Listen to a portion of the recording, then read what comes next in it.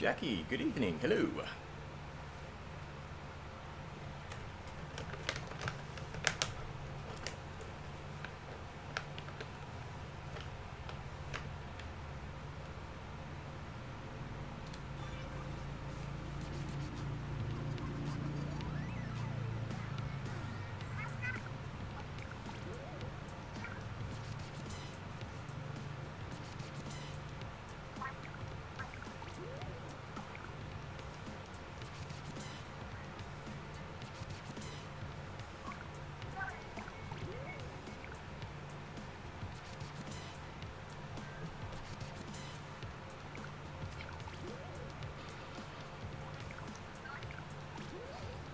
Today, not bad.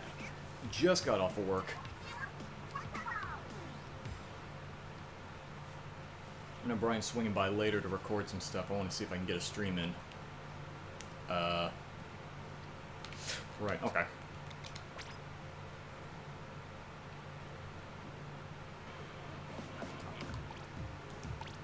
Wait a minute. Oh, no way. Is that all gold?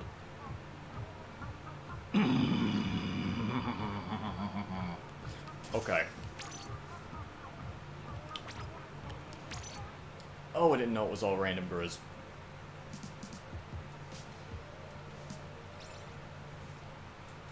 That makes things interesting.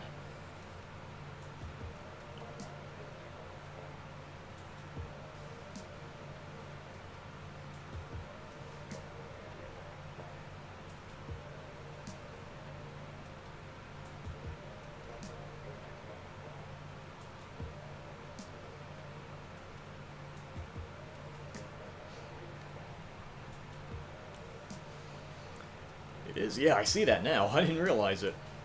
Good afternoon, Jameson. Hey, there we go.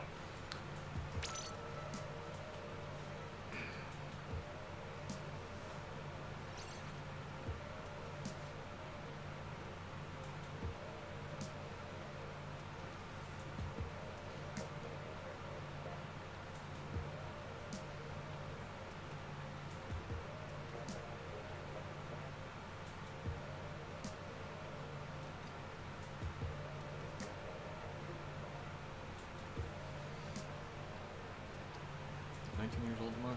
My goodness. Dude, I'm remembering, it feels like it was only recently that you were talking about your 18th birthday. You're already turning 19 tomorrow? Holy crap.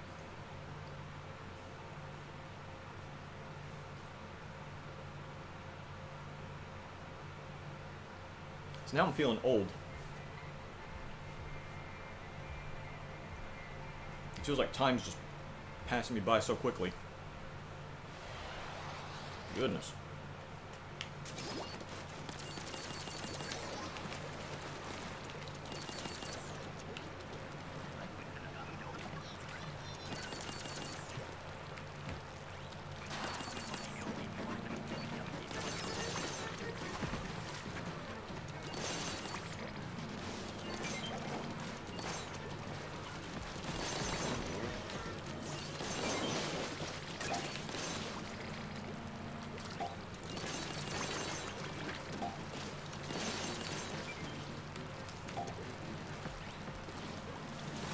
I'm too irresponsible with this weapon. I keep wanting to just spend all my time killing everything instead of actually trying to run eggs.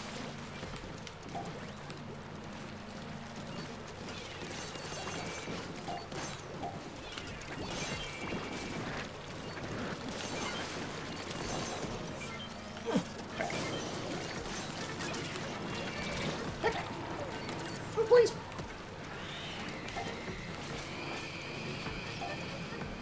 That? Oh dear. Oh dear. A little too eager.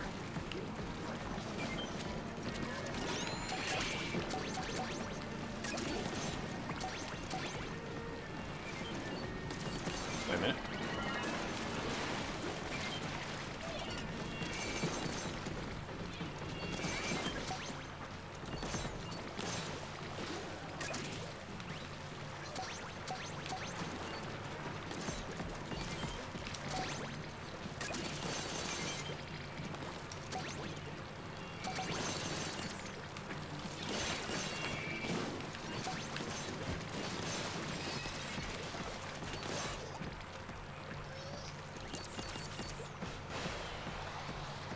Time flies, yeah. Time flies when you're old. Taco, good evening. Hello. Oh, heck. Not this thing.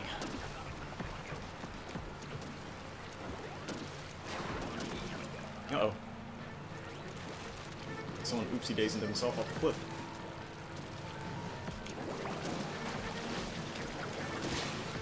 Urgh.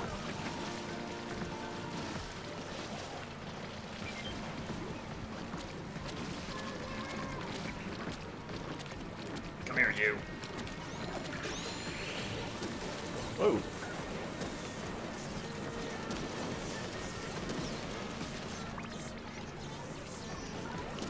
Yeah.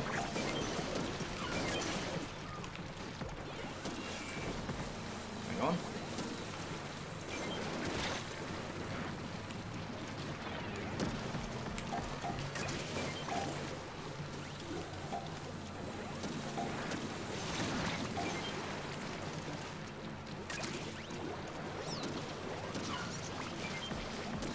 Reach the...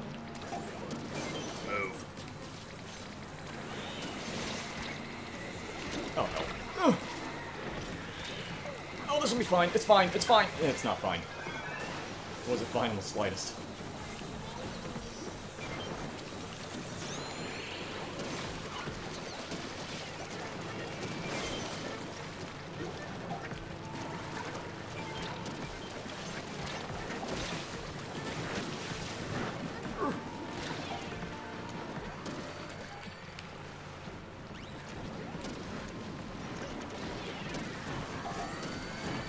Okay. Well, heck.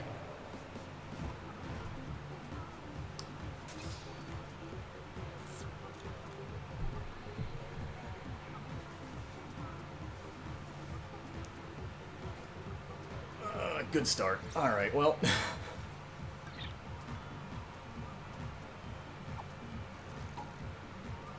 Ooh. Oh. Well, yeah. Okay. Try that maybe one more time.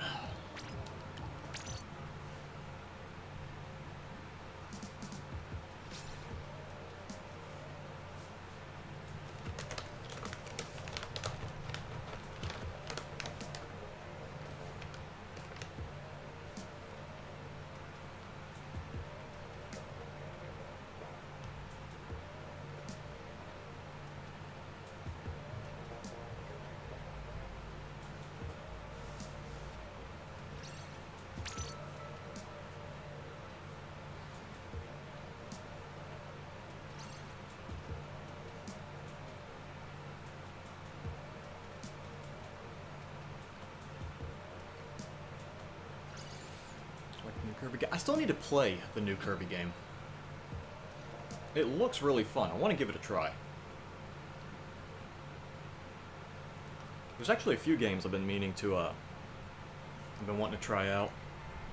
New Kirby game, Stanley Parable Ultra Deluxe just came out. So I never played the original, and it looked really fun.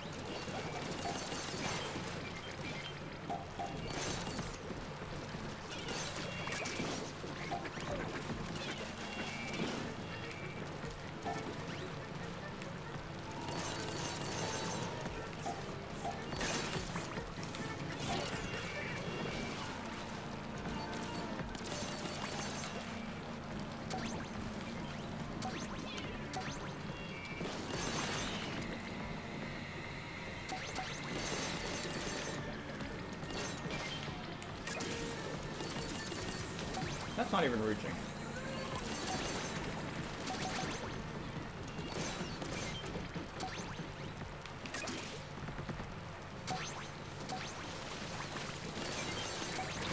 Ah. Saw it and tried to get away from it.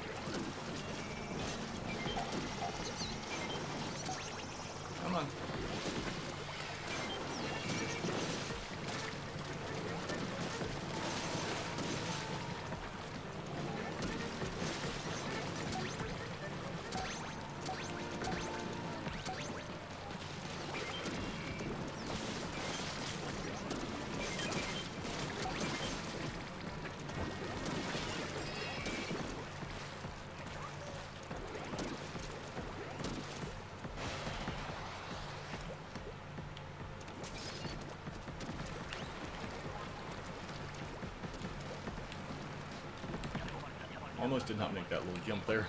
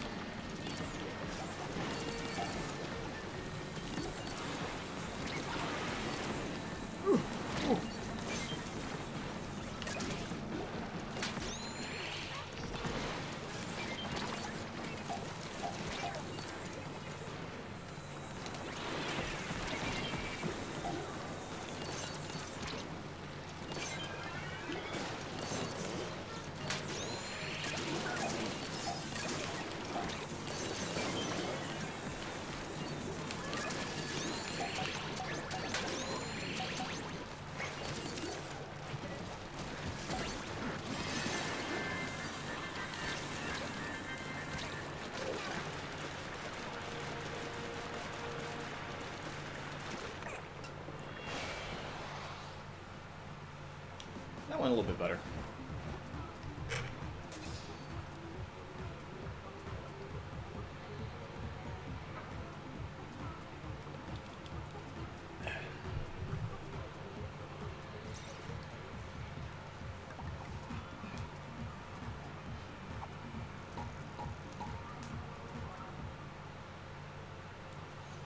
Yeah, GG's. Oh, hey, that is Taco. Wasn't sure if it was our Taco, if it was the like some random that just named himself that.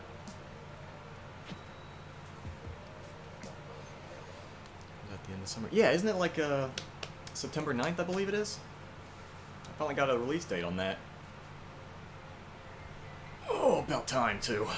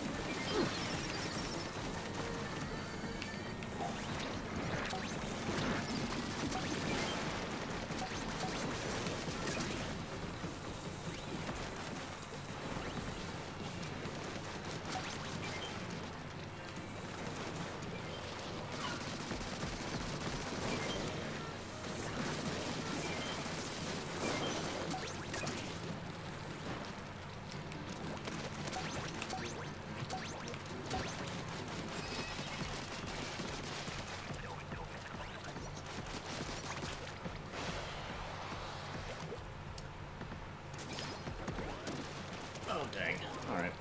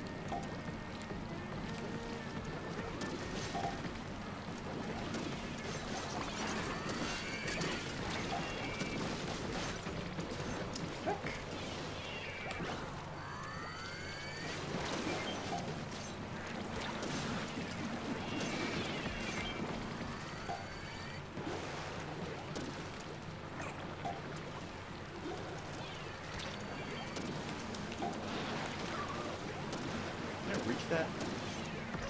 Oh, oh, oh!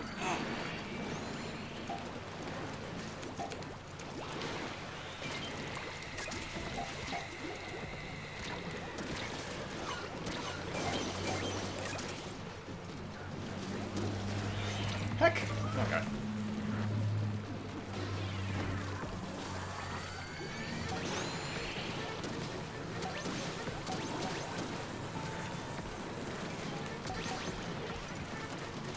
Dang it.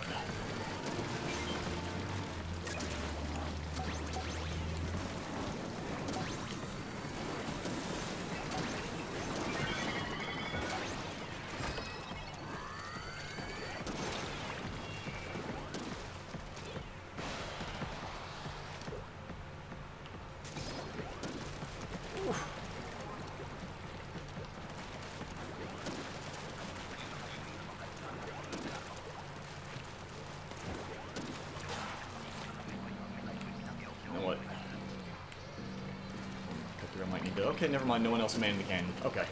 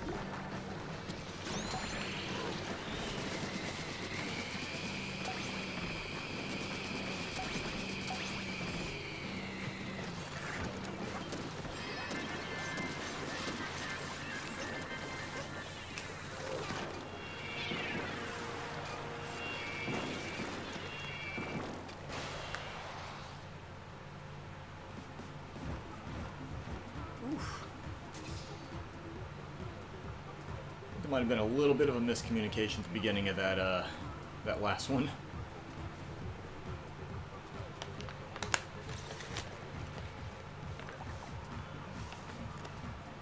I think 3 of us all ran to the same cannon, assumed someone else was going to get it, and we all 3 ran away from it.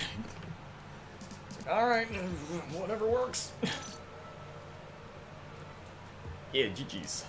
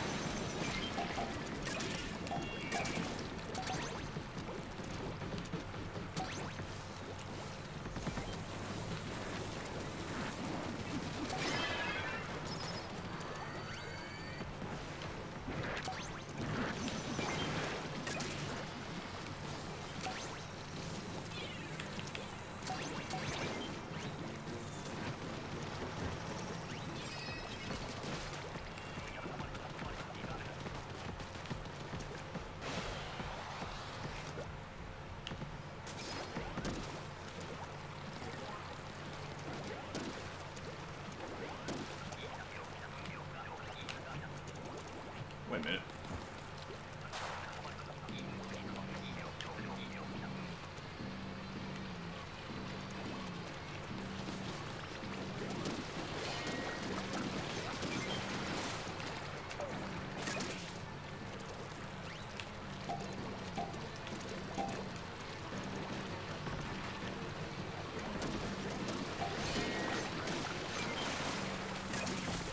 Jesus.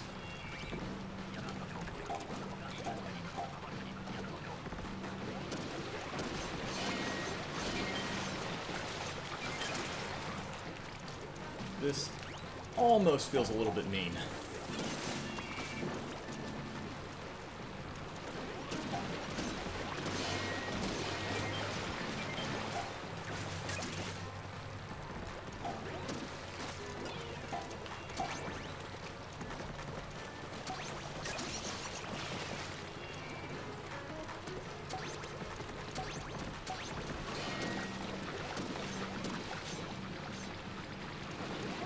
Oh.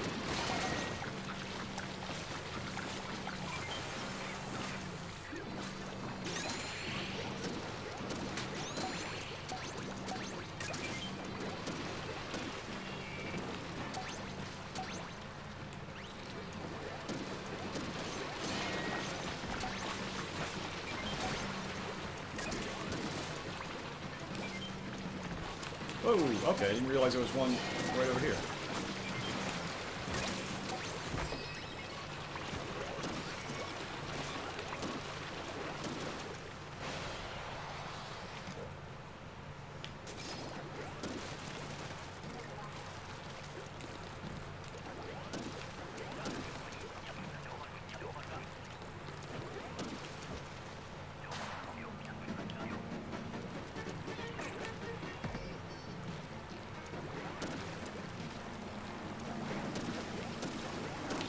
Oops. Yep, just like I planned it.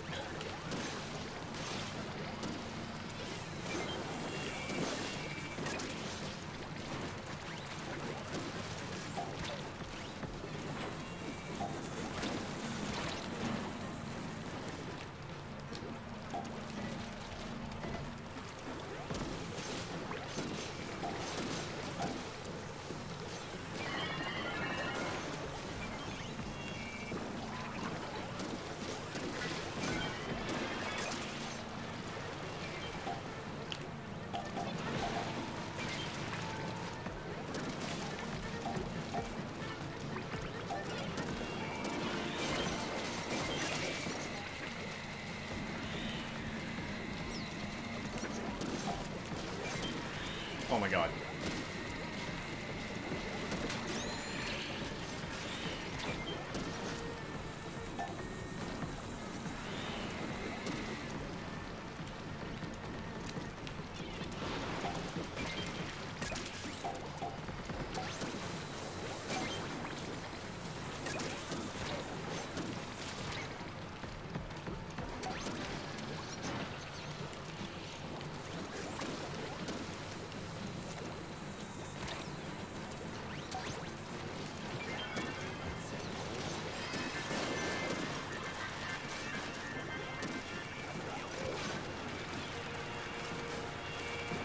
Have I gotten the Stingray every single match so far?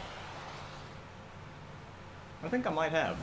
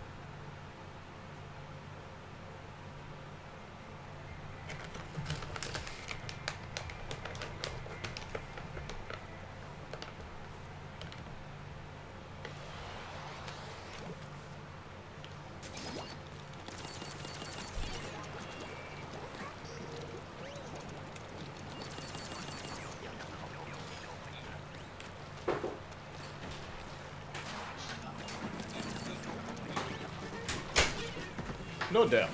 Oh. I see that. You alright? Jeez. I'm tired. So you sound older than usual. I started another job today. Well, I started fully at my new job today, and I actually got put to work, and it was nice, but man, am I sore.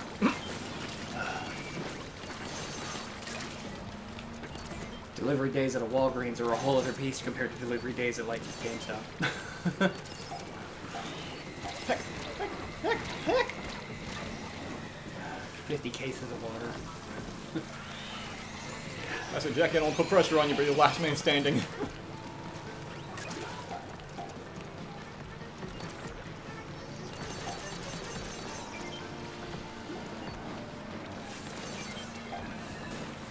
So you let that get awful close, and it made me nervous. What? It's fine. What are you worried about? I don't know.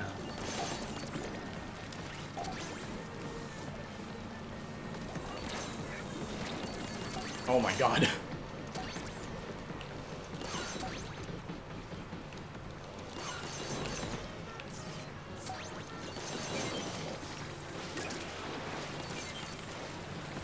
Did you see if they added the best Sonic the Hedgehog game to Nintendo Online?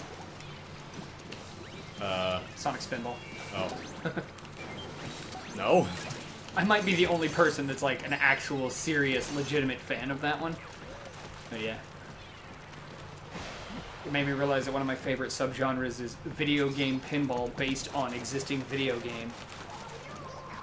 The greatest of which being Metroid Prime pinball. But Sonic Spinball's pretty good too. I think the only pinball game like that I played was the Kirby one. Yeah, Kirby's Pinball Land was awesome. Pokemon Pinball was really, really good. Especially with the vibration built in. Pinball of the Dead was fine. Like, it had crap voice acting like it should. And, you know. It's House of the Dead.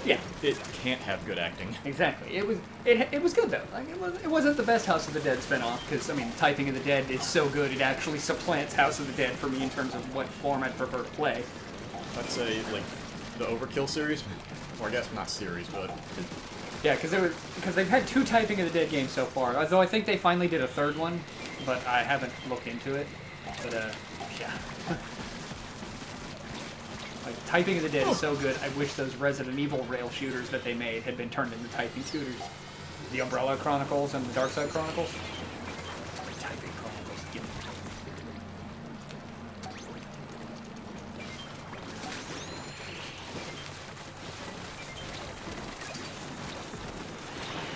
I don't know if oh god, there's so many lasers.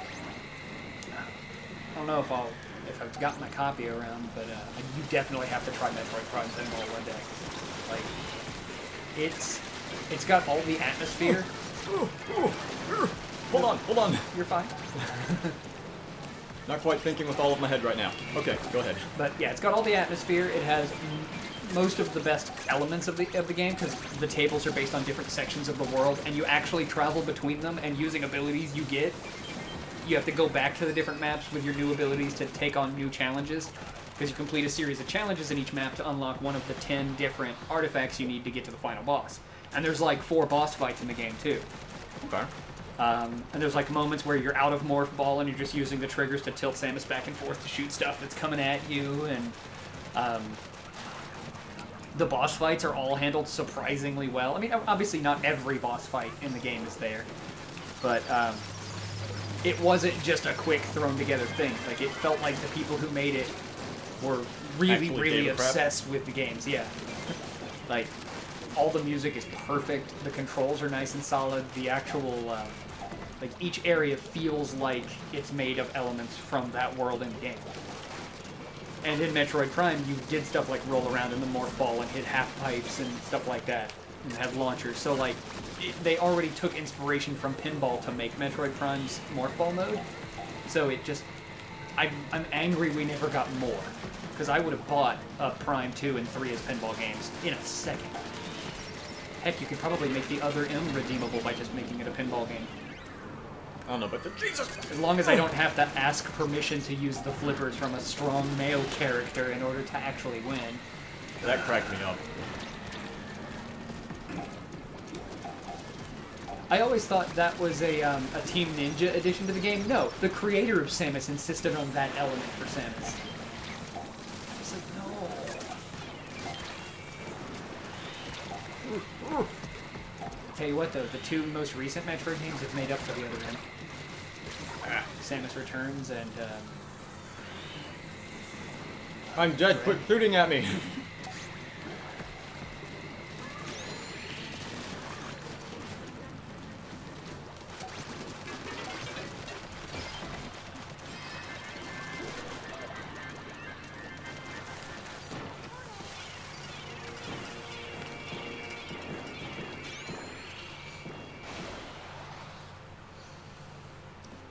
Happened at the beginning? I have no idea. Actually, I have no idea what beginning you're talking about.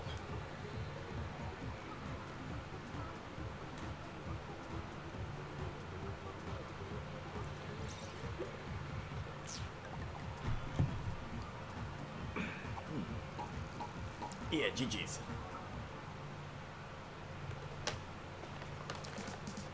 Ryan, did you want a pistachio? I'm good. Roasted and salted? No, okay. I only have like 2 molars with which I can chew on nuts. Did you want to put these nuts in your mouth? I need an adult. I couldn't help it.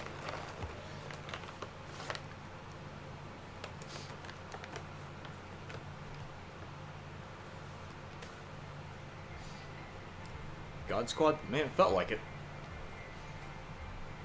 Beginning of this whole match. I honestly don't even remember. I don't remember what happened.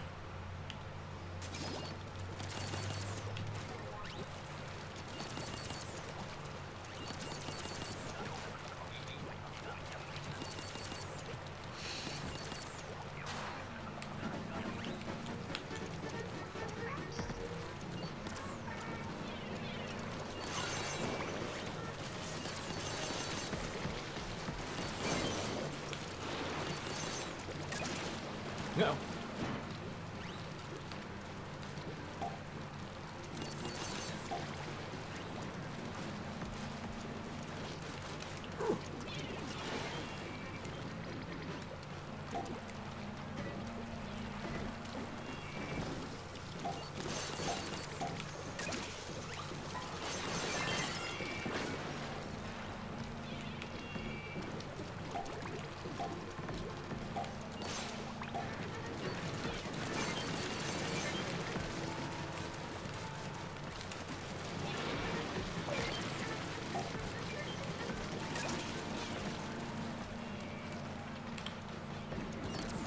Might have been paying only half attention there.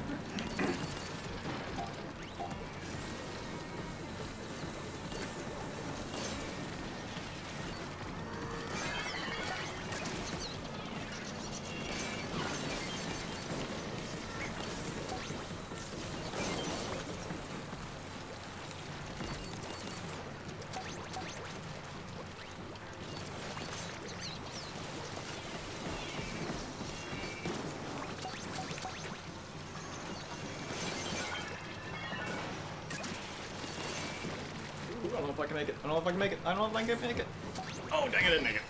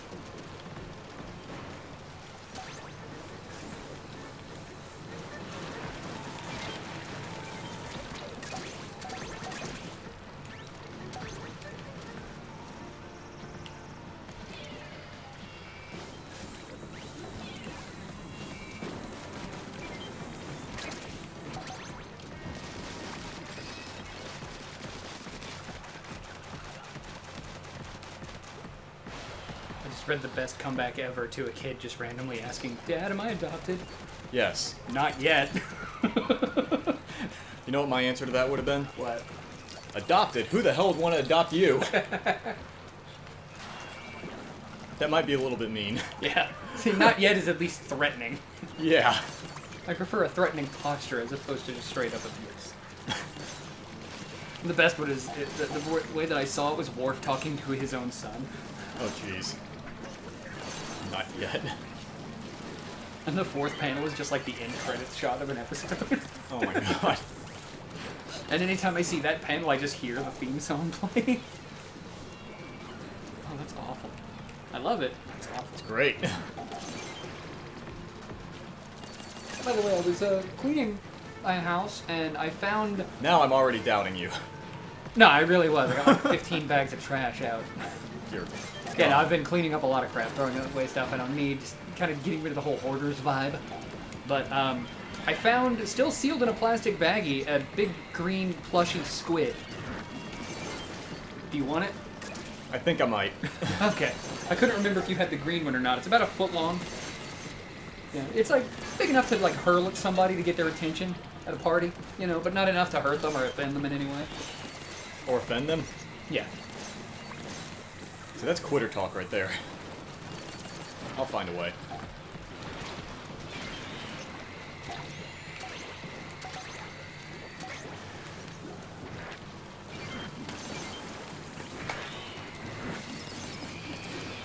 Heck, heck, heck.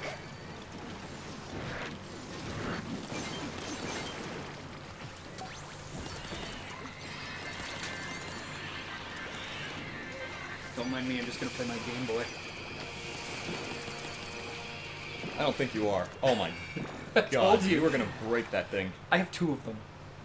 This is that thing that I wanted you In to case you lose one? in case I inhale it. It does kind of look like a forbidden Jolly Rancher. Don't do it. Ryan. This thing is loaded with actually quite a few games. There's, and yes, I have to look over my glasses to read it. Oh my god. Annelid, which is Snake. Soar Run, which is Okay, that look. little T-Rex jump run thing. Can I see that so I can show the stream how absurdly tiny this thing is? Compare the size of this thing with my finger. And Brian is playing this like it's a normal handheld device. Oh my god, yeah, I can... They actually came with a pair of keychains that were unchipped circuit boards for each of these. So, like, because I did the whole the Kickstarter on these. Yeah. I mean, and honestly, yeah, it's $25 for one of these, but that was the Kickstarter price. It actually comes with a 2-player data cable because you can play 2 players. Oh my god. 2-player Pong, 2-player Snake. But So it's just the circuit board. yep, it's apparently a miniaturized pie. So what exactly did they intend for you to do with just the circuit board on a keychain like that? It's just a nice little keychain. What I imagine is these weren't quite to spec because it's a little bigger than the casing on this thing. Like, it doesn't feel like it would be the right size. So maybe these were just not decent, so they turned them into keychains.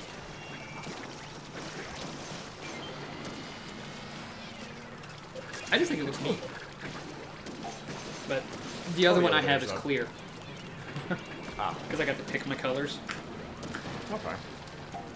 But yeah, and it's got Soar Run, which is that little Google jumping T-Rex thing for when Google was down. Oh. I didn't know they had a thing for when yeah. Google was down. Space Debris, asteroids. Tennis, Pong. Right. Thumbgeon. Thumbgeon is a top-down, tile-based, old-school PC RPG. Like, think Dungeons and Dragons style RPG, but top-down. Someone has already crafted a 3D first-person maze program, like think Wolfenstein level graphics. It comes with a free programming suite for MiniPython, Okay. and that programming suite also comes with a PC emulator for it, so you can test them on a much larger screen. Somebody's already created software that turns this tiny screen into a second monitor. So I've seen him running Doom, technically, on this thing. Technically. And someone's got this thing running as a second screen for a Game Boy emulator, so I've seen somebody playing Pokemon on this thing. I mean, you don't get your start and select buttons with this, because there aren't any. Yeah, I don't know if there's any room for something like that. Yeah. And then Tiny Blocks, which is Tetris. And this thing has a speaker. How? The charging port has the speaker right up against it, so that's where the sound comes out.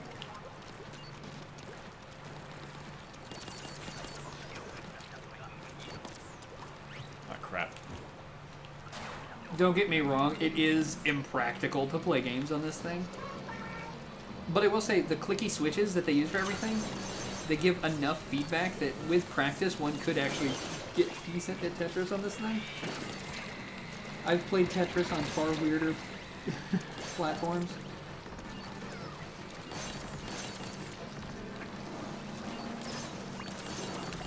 Oh my god. I installed Tetris on a defunct diabetes monitor once.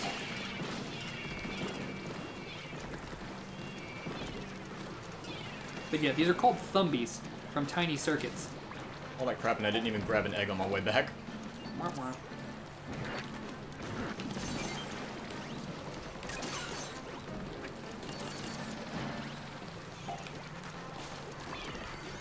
Could you imagine having recorded this over my shoulder instead of Street Fighter? No. No, I can't. I genuinely can't, Brian.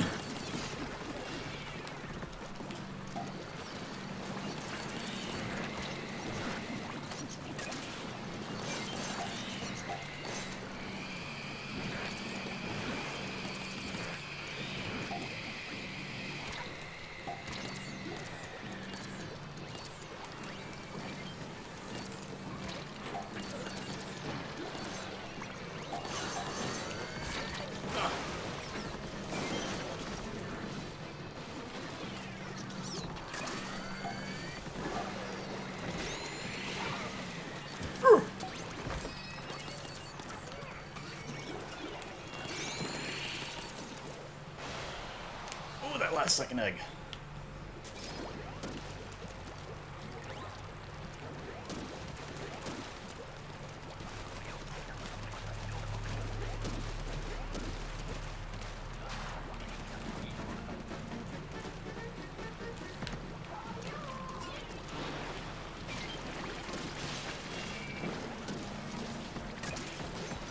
Oh.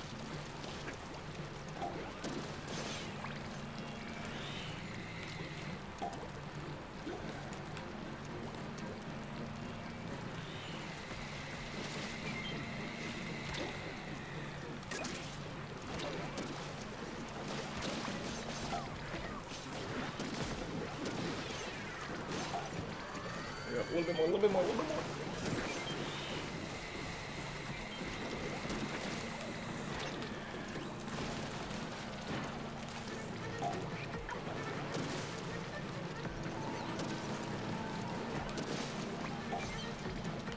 Can you grab the egg, please?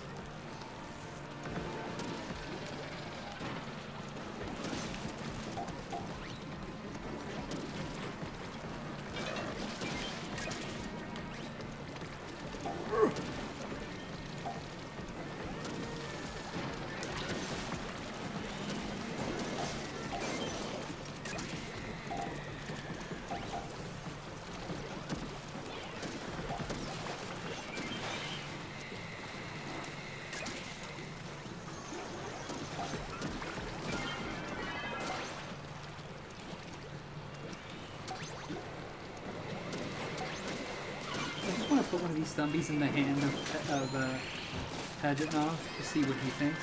Who? The guy who created Tetris. Oh. Just want to put this in his hand and have him play Tetris on this thing. Why would you do that to him?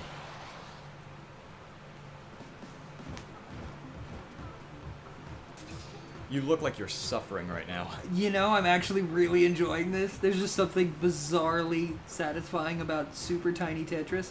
And I'm about to pass 3,000 points on this thing.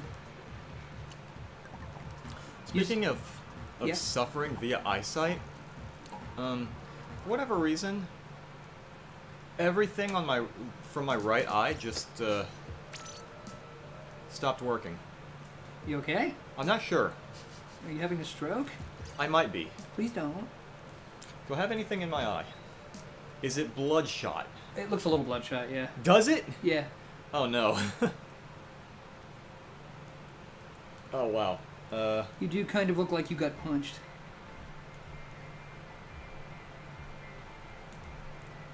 I haven't yet, to my knowledge. Did you squid too hard? I might have. Like, my left eye's still normal, but my right is like... You know that feeling where, like, you close your eye and you press against it too hard, and then when you open your eyes again, everything's bright? Yeah. I've got that in my eye, but it's, like, so bright that I can't see anything. Yeah, I think maybe you went too long without blinking. I think it might be that. Because I know that feeling as I'm currently experiencing it, because one dare not blink with Thumby Tetris. Yeah, I'm definitely not seeing anything out of this eye right now. I'm slightly concerned. Oh no! 3,958 points. I scored 24 lines. I'm gonna assume that's good. I haven't played Tetris in a very long time. It's good on this thing. Because, you know how each of your tetrominos are made of 4 blocks? Your what? The pieces in Tetris are called tetrominos. I don't think I've ever heard it called that. Yeah, Tetraminos. Tetraminos. That's what Tetris comes from. It's actually based on a board game. Oh, heck. But yeah, Tetra, 4, Dominoes, Tetraminos. Because dominoes are 2 blocks together. Uh-huh. That's, 2 squares together. So it's 4 squares. Tetraminos. Okay. Anyway, each piece, your Tetris block pieces are 4 blocks usually, Yeah. Well, each of the blocks are 4 pixels in size on this thing. Which tells me they could have very well gone even lower resolution on this thing than Tetris.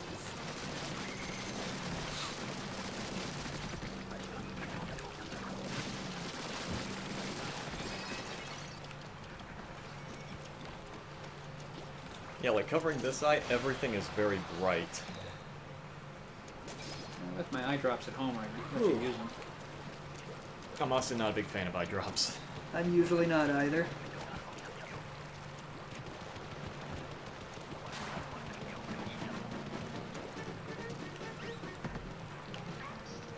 According to Taco, you're not real.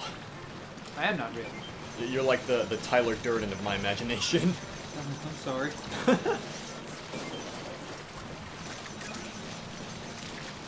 I'm about to say, is that a good thing or a bad thing? Tyler Durden is not the hero. No, he really isn't.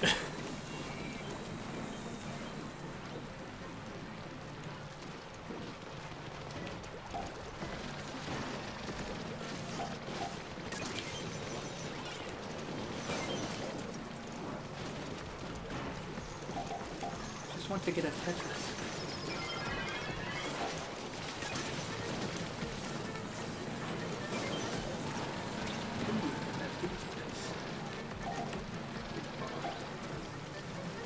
We ain't dealing with this guy. Satisfying. I also noticed with every time a block moves, you get a tiny chirp out of the speaker. You get a louder beep whenever you kill a line, so it's like click, click, click, click, click. Yeah, when you kill a line? Yeah. Oh! They are sentient. Well, until you make a line and destroy them. Reminds me of Portal. What I was talking about. Cubes. That one was about to say, I love you. Yeah.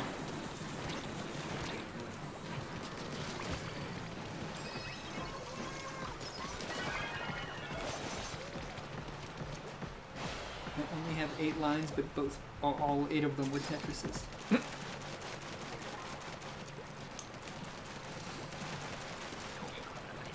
Yeah, you definitely seem devoted to... whatever. Could be a tiny Tetris. Yeah. The weird thing is if you started playing this Tetris for a few minutes, you would be too.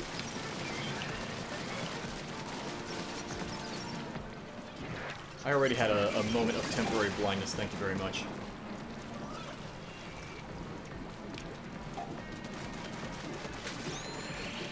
I'm waiting for somebody to come up with code that'll let them just live stream directly off one of these. Oh, Jesus. If you want me to see if I can find something like that? I mean, they've already got a ton of things on the Thumby site, like the song Bad Apple. Somebody has already coded the entire music video to this thing, and the Oh my God. bleep bloop circuit, like circuit board sound card thing, still does the audio. I mean, it's poor quality, but it's there. And you have to delete everything off the Thumby in order for it to fit. Oh my God. And I'm not sure if it's pronounced Thummy or Thumby. I mean, I know thumb, you don't pronounce the B, but just looking at it, my brain says Gumby. Yeah, it seemed like it would do something like that. Move, move, move! And I've heard reviewers pronounce it both ways. I've even heard the guy who created it pronounce it both ways. Oh my God. It's Ken Burns. Ah. I have no idea who that is. I don't know why I'm... Just one of those online maker guru kind of people.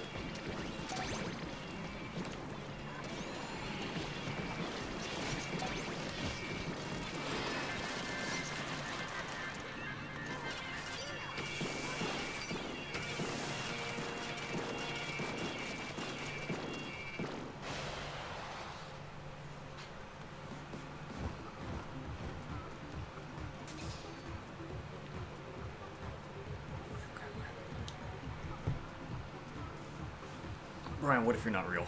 I'm not real. What if you're just a figment of my imagination that everyone can hear? You are a shared hallucination. Then I'm a good hallucination, and that makes me happy. Good according to who? Me. According to you? And by extension, Trying to- everyone else who's trying to- hallucinating me.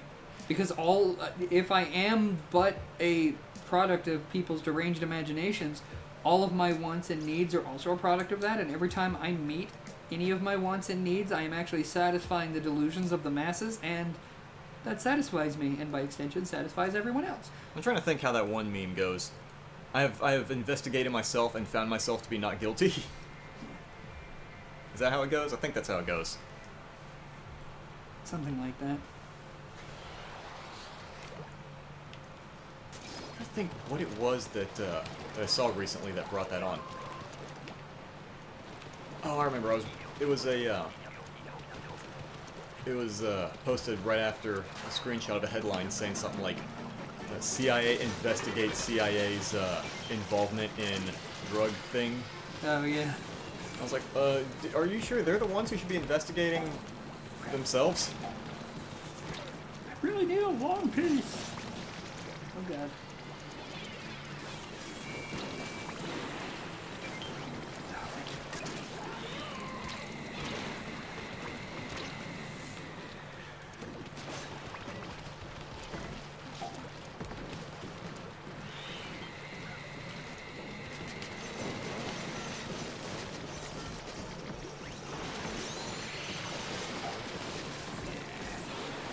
$8,901 points, 25 lines. I keep getting to 25 lines. It doesn't speed up like other Tetrises is. So then it should be easy. Yeah, exactly. Ish. Easy. Ish. Easy-ish. Relatively easy-ish by comparison. I'm really not real, you guys. I promise. That's why his stream keeps stuttering. The rendering of me and my weird imagination. Isn't that... Well, no, never mind. I was gonna say, wasn't that how they depicted Tyler Durden in the earlier parts of the movie? But I forgot. He just kind of blinks in for one frame. Yeah, single frames.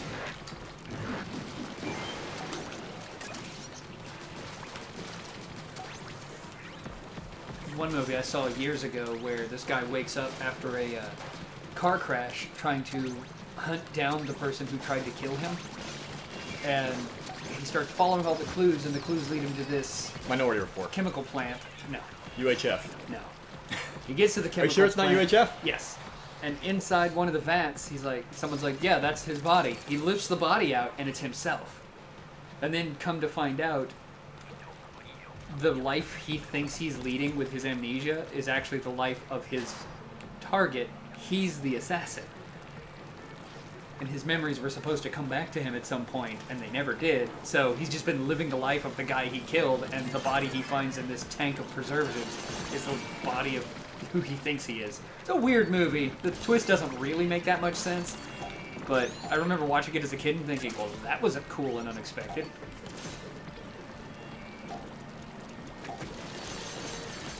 Wasn't like 12 Monkeys good, but you know.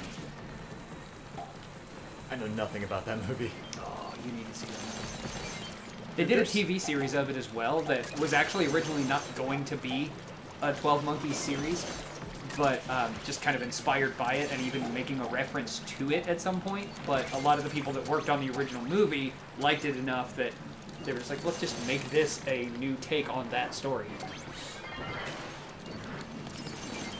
It's Brad Pitt's greatest work. The movie or the show? The movie. The show actually gender swaps his character. And she does a fantastic job too, but she's a whole different ballgame with the character. Especially since the show being a TV series, it can do a lot more with its story across its, I think, 2 seasons that it got to run. Maybe 3 seasons, I don't know. I own the entire series, I haven't even finished it.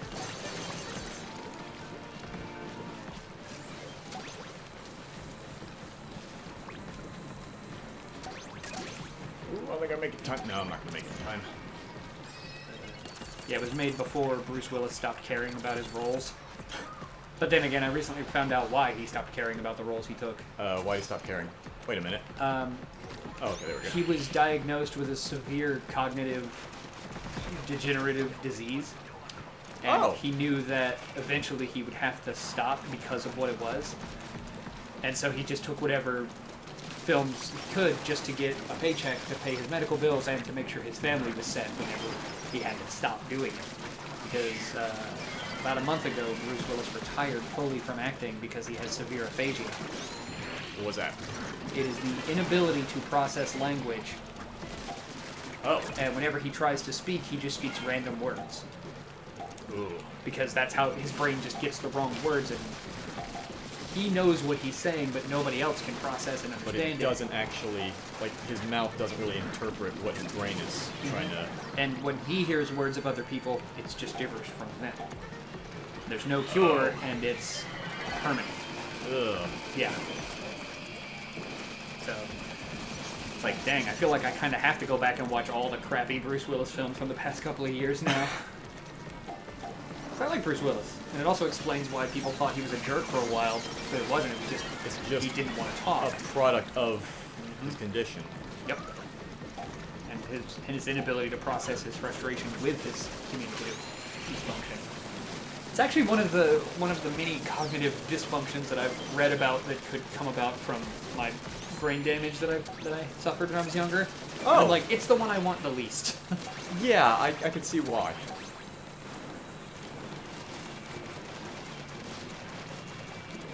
People already don't know what I'm talking about half the time. Actually, having that be the case would just be upsetting.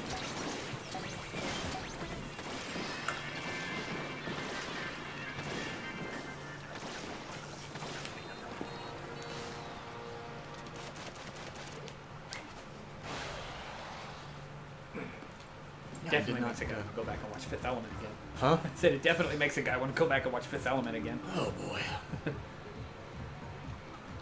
I actually don't remember much of that movie, except for the meat popsicle dialogue. And crap, what was his name? Chris Tucker's character. Ruby Rod. Ruby Rod, that was it. And the dude turns it up to 11. Holy crap. You think mine broke? Why I gotta get the broke one?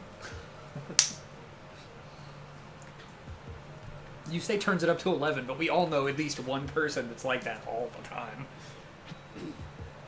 Who? We all know a Ruby Rod, at least we Oh, did. you mean like personally? Yeah. Oh. Like, we all know somebody like that.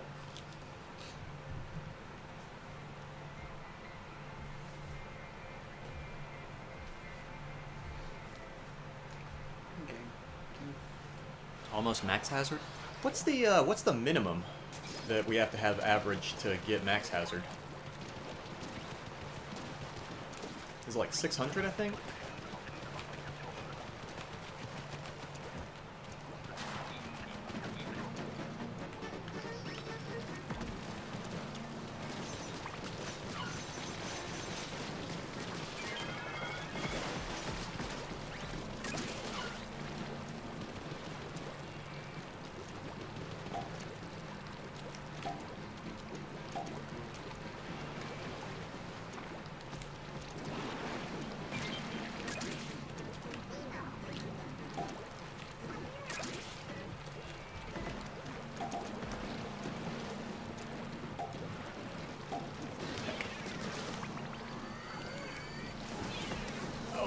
That could have been a better throw.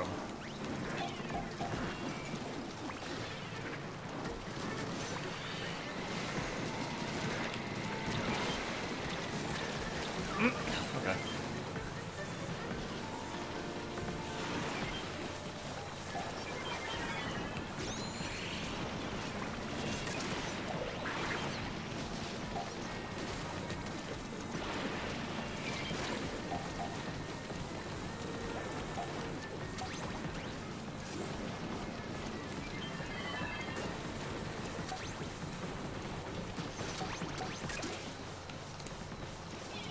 Oh my god. I want to say, my throws in this match have been absolutely on point.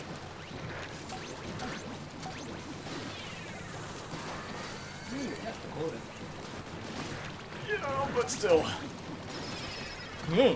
Move! It's like she found the one molecule of green to get stuck on.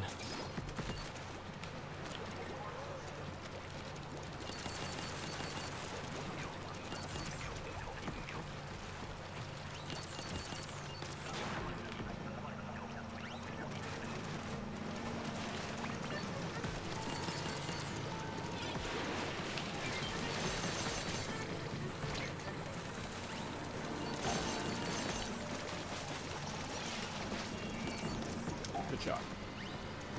Good throw. Oh my god.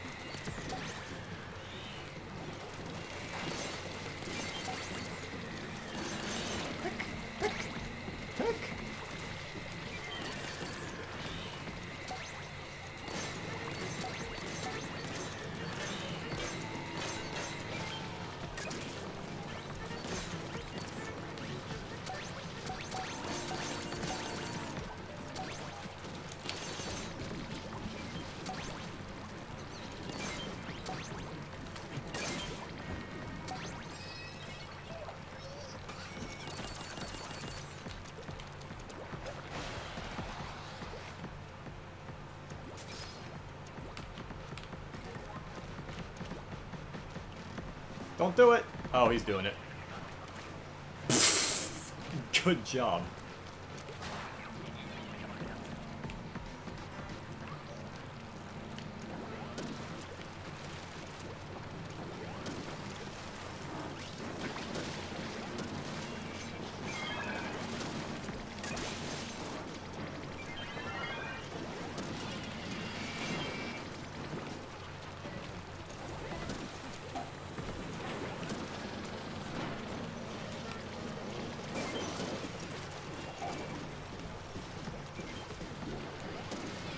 There we go.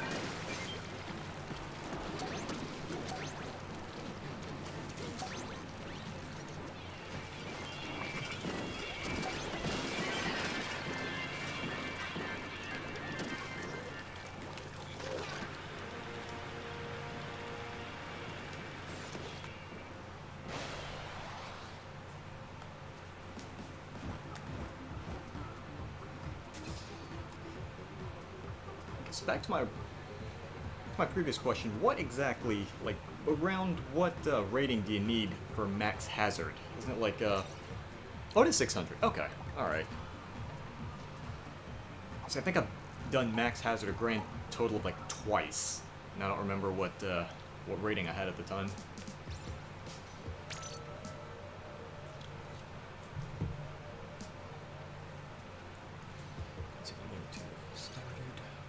Yeah, we started at 400. 370. Jackie, what happened? How'd you drop to 370?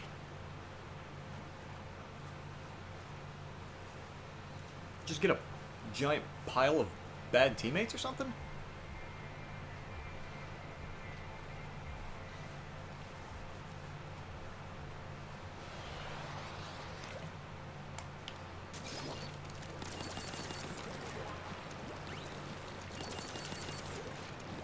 Yes, okay. Yeah, that's, understandable. Have a great day.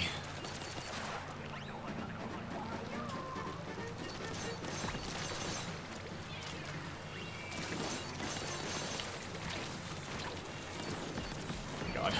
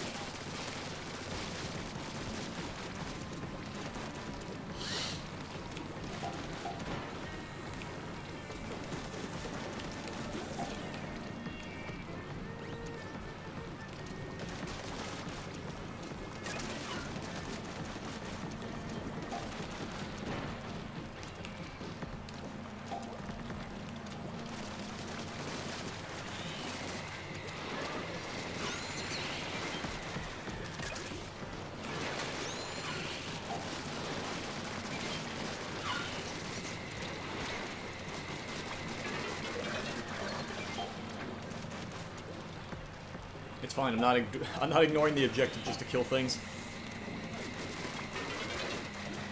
Only a silly person would do that. Do I look like a silly person? Yes.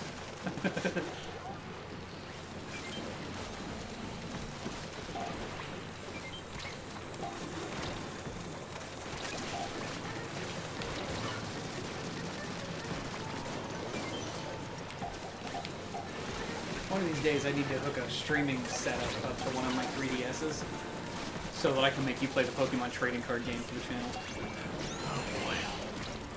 Just so that people can like hear the amazing Gym Club Leader duel theme, which is far better than any other piece of Pokemon music, hands down. You'll never get a better piece of music than the amazingly epic Club Leader duel theme. Fight me. In Pokemon cards. I barely remember how to play that thing. I just remember being in high school, and even amongst all of my Pokemon playing friends, I was the only person that had purchased the trading card game for Game Boy, and everyone gave me crap for it.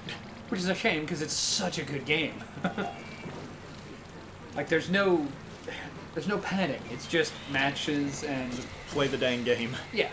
And the second version has the original map from the first game, all the clubs. They all get attacked, so you have to go into each one and do different things in order to rescue them. And then you get, once you've beaten 4 different people from Team Great Rocket, you get a... Great Rocket? Yeah. What's so great about them? They have their own island. Oh. But, That's pretty good. you get a coin because you get different types of coins in the second one. I don't think they actually change anything. It's just different coins, and the game says your luck is better if you change them often, but I don't know if that really works. But the Great Rocket coin also gets you free flight on an airline to Team Great Rocket's island. And it has a bunch of matches on each of the areas, but they have special rules to them that you have to abide by. So it's not just, oh, here's the deck I've built, let's see how it goes against the deck you've built. It's like, oh, yeah, you can fight my deck, but you have to have 4 Pikachu cards in your deck. Or you can only have lightning energy in your deck. Or another one that I did, all lightning Pokemon do an extra 10 damage no matter what. Yours and theirs. So you could try to match him move by move, or try to build up a deck that has more lightning immunity, because you'll need it. So the sequel actually prompts you building multiple decks, multiple playstyles, as opposed to just beefing up one deck to dominate the enemy with. And you get to rematch against all the gym leaders from the first game with modified decks that are stronger than they used to be, and it has all the cards from the first game, and then like another 500 cards on top of that. It's so good. So I think I might have ignored the objective a little too much.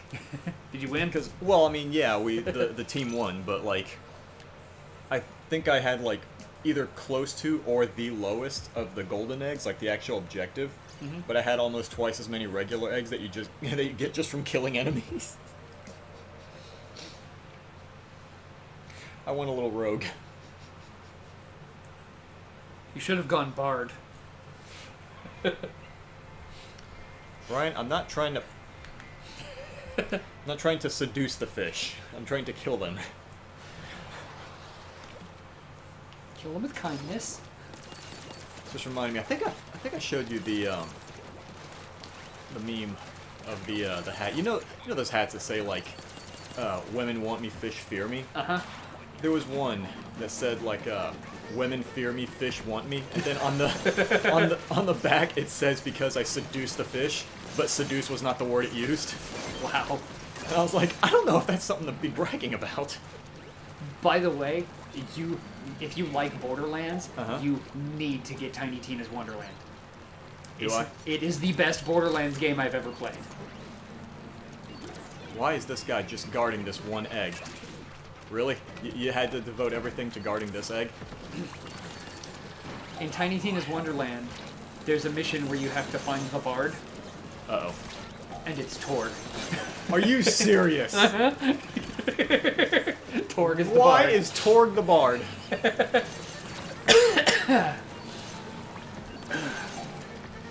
Yeah. Oh my god. Does he write a beautiful sonnet about explosions? Please say yes. He does the, I have only one word for you. Explosions? Well, no, the Yeah. way he said it was, I have one question for Yeah, you. that and was he just one asked question it for in you. He just yells it in the form of a question. Yeah, no, he definitely gets the explosions in there, and he talks about how playing music is like a form of explosion or something like that. Like, I mean, and he's got like this giant electric lute thing. But at first it's broken and doesn't play music, so like every other word is just pong or something like that. Like it's a weird, smaller word. But no, he is magnifique. Absolutely the best thing about that game. oh boy.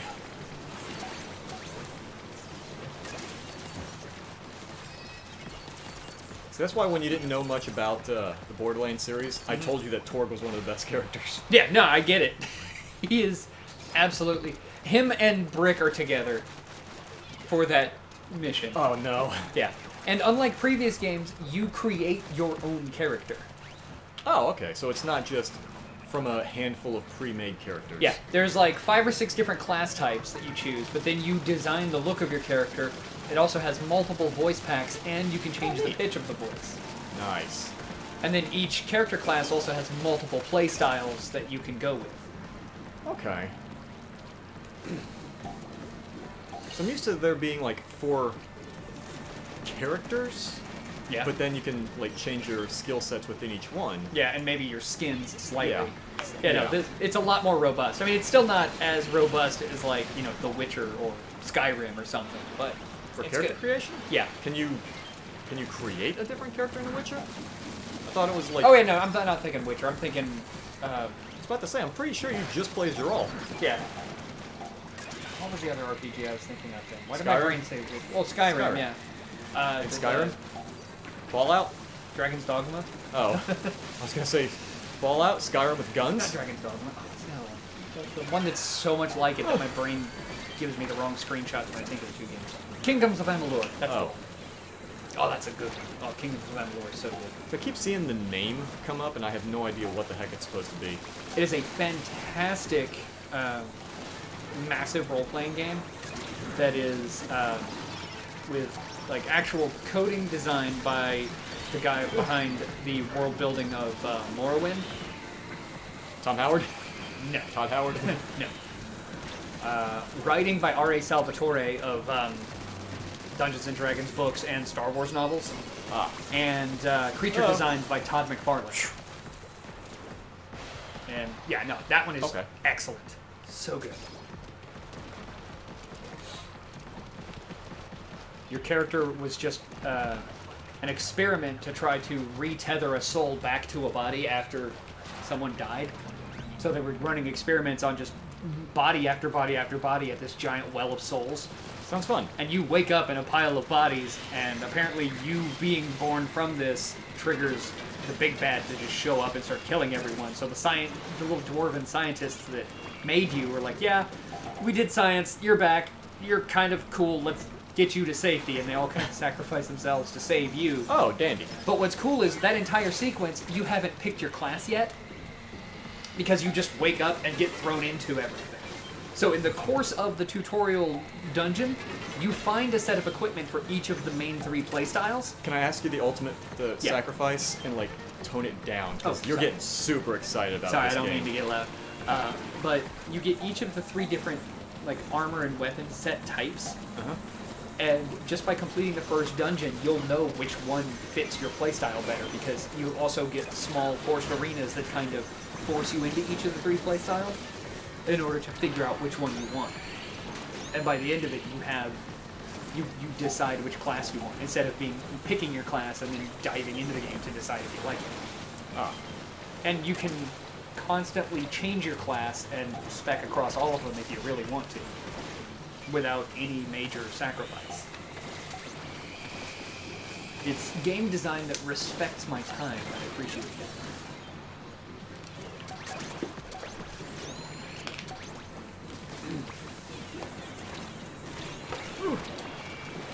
The only bad thing I've heard about Tiny Tina, though, is that apparently the DLC kind of sucks, which is weird for a Borderlands game. Yeah, well, anytime I think bad Borderlands DLC, my brain immediately defaults to 2 different things. There's Mad Moxie in the first Borderlands, which Yeah. was really just horde mode, but the fact that they charged like full DLC price for it, Yeah. and the only thing you got like a skill point and a little bit of storage. That was about it. And the horde mode, which was at best.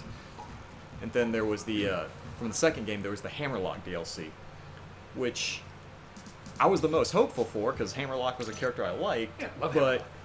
it was so... Sir Hammerlock, thank you. The main DLC questline was so nothing. Mm-hmm. Like, even from beginning to end, including trying to get an exceptionally grindy side quest and getting lost for 15 minutes, that DLC main questline only took 45 minutes. The new Like, DLC. It was just, there was so much nothing in it. The new DLC for Tiny Tina Uh-huh. is apparently a 15-minute dungeon. It also adds. Ooh. It moves the level cap for your high-end, like, top-tier weapon generation as well, Uh-huh. which a lot of people are irritated by, because some of them, they hadn't even gotten to that point yet when the DLC dropped, so now they have to grind 15 more levels to be able to start getting that in-game loot. But the big thing with Tiny Tina is at the end of the game, all the dungeons that you go to, like, give you bits and pieces that get added to this, like, chaos wheel, and you can Okay. randomly generate dungeons that feature elements from all the dungeons that you unlock. So the game has technically infinite replayability, because it can randomly generate dungeons with new loot and new takes on the bosses. And each DLC pack, all the stuff from that DLC also goes into that in-game generation thing. Okay. And some people just feel like this first one at $10 is not nearly enough content for that because it doesn't. It's like a 10-minute dungeon that just feels like one of those, or 15-minute dungeon that feels like one of those chaos dungeons from the end of the game, just with a slightly different aesthetic coat of paint. It doesn't bring much new to the game. Like it's just there to push some numbers up and that's it? Yeah. And that's a bummer. Hopefully that means later DLC will be better. This feels like that first pack that was made alongside the game as opposed to the stuff that they get to get creative with after the game launched. Oh my god, why are there so many steelheads in one spot? But even people that I've seen who traditionally haven't been the biggest Borderlands fans are even saying, Tiny Tina's Wonderland is actually pretty good. I find myself more than not enjoying this game.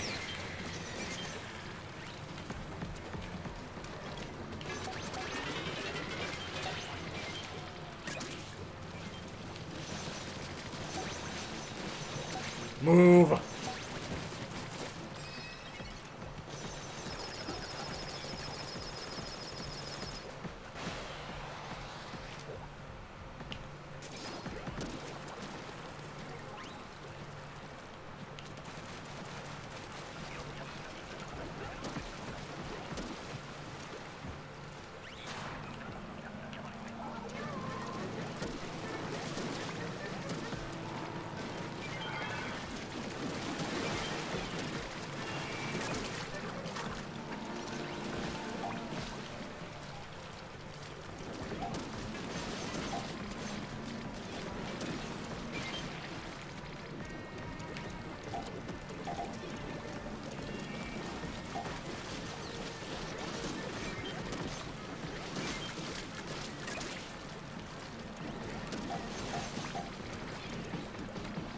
Still gotta play the Borderlands pre-sequel at some point.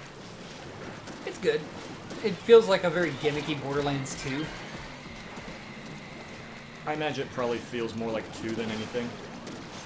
But I will say, if you even remotely dug Athena from Tales from the Borderlands, Yeah. that she's the reason to play pre-sequel. Her and honestly, actually Handsome Jack, of all things. Like, Jack's arc in that game is so strong. I heard they actually did a pretty decent job with the story. Like, a combination of that and where his character goes in Tales from the Borderlands keeps Jack as being one of the most interesting villains in video gaming for me.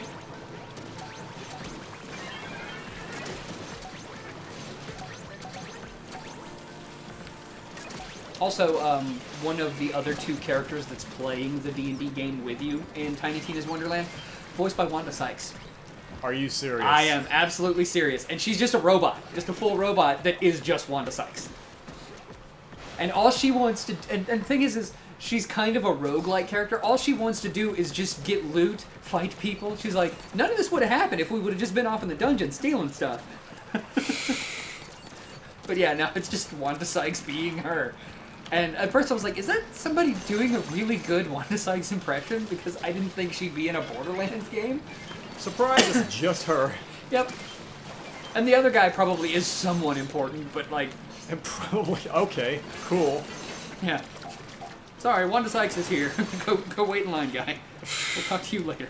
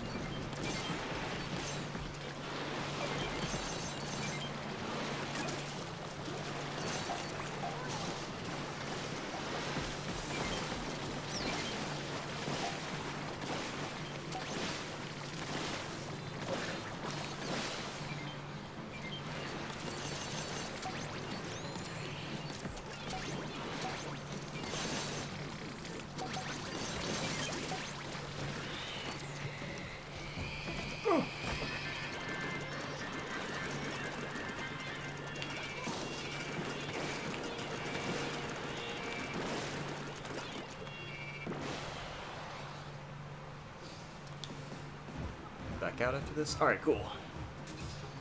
What time is it? 6:30. Okay. I think like maybe top of the hour we call it, start recording? Yeah. Alright.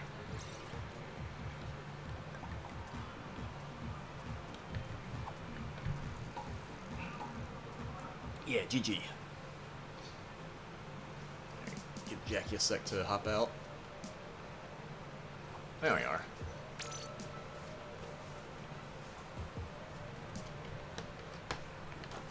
I also bit the bullet and bought one of my favorite first-person shooters on the Switch just because I wanted to see how well it runs.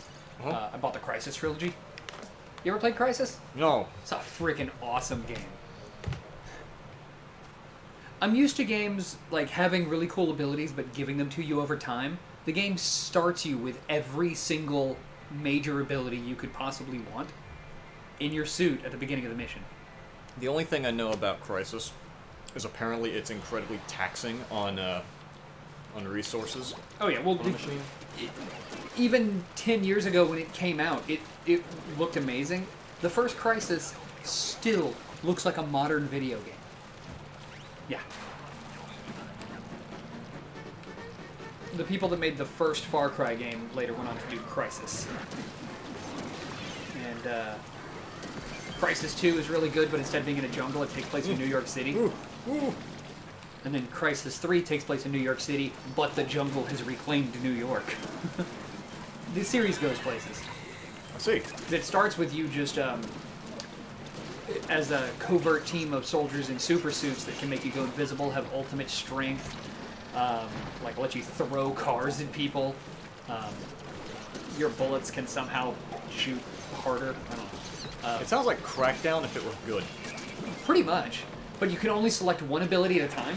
So, like, you can only have stealth, or maximum armor, or maximum strength, Okay. maximum speed. But you can flip between them if you have the energy for it. So, like, somebody can shoot you, and the bullets just, like, disintegrate on your armor. And then you rush to speed, run up on them, switch to strength, and just uppercut them into orbit. And it does the Far Cry thing where a lot of the enemies will have their own little bases, and instead of just running in and assaulting them, you could do things like start small controlled fires that push the enemy a direction, and then you could set explosives there to blow them up from a distance. You can sneak around stealthily and lay traps. Crysis 3 adds not a crossbow, but adds a compound bow. And for some reason, I love bow combat in video games. Like, you know, Breath of the Wild. Yeah. I really like using a bow in Elden Ring, a game that I'm liking way more than I thought I would. The only thing I know about Elden Ring is that apparently Ranny is best girl. She's amazing.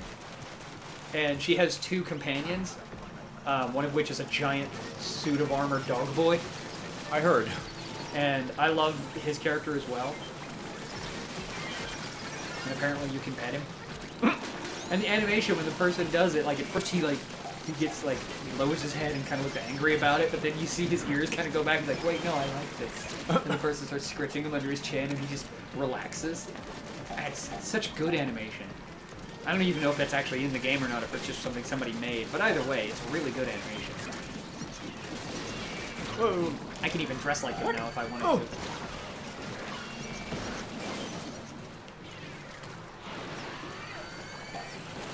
And the game also has these jars that have like just arms and legs, but it's like just a big clay pot, and they have like a shield and a sword. Okay. And they will absolutely body you, but in one early area, you hear someone talking to you, asking for help, and it's one of those clay pot guys.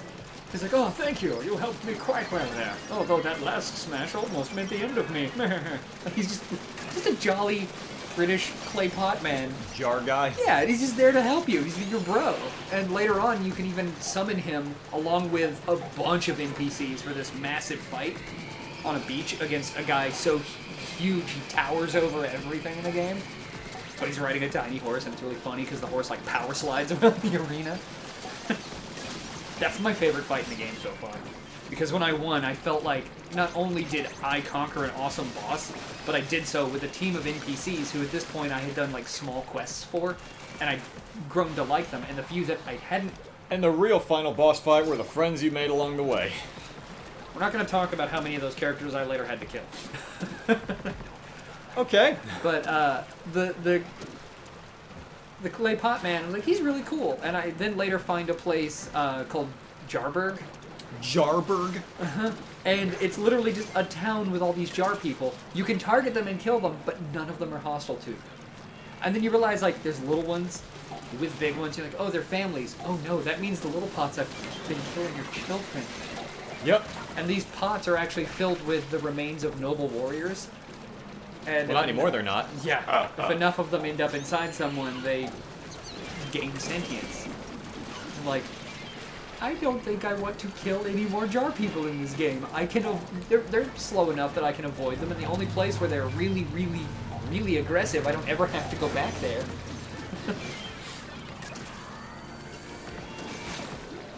You even have a really heartfelt conversation with your jar buddy. I think his name is Alexander. He talks about how in the fight he actually ran away at first, that he was really ashamed of himself, that he wasn't living up to all the noble warriors that he knows went into making him. He was like, this is really sad. I want to hug this giant stupid jar man.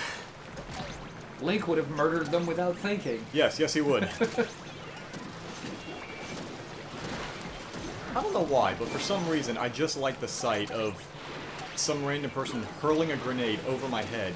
It bonks off the face of the fish, but because it's not caught in the explosion, it doesn't do anything to him. He's It just like, kind of goes clonk. He just keeps walking like, yep, what? just Oh. another day.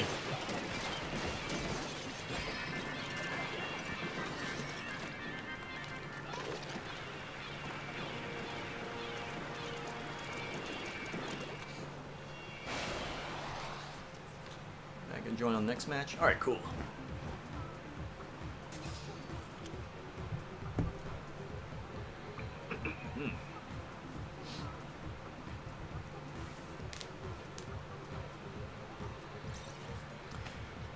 Yep, there I am, getting the least amount of golden eggs and the most kills. I'm sorry, objective? What's that? Just murder everything. Who knows? Mr. Grizz gave us these weapons for a reason.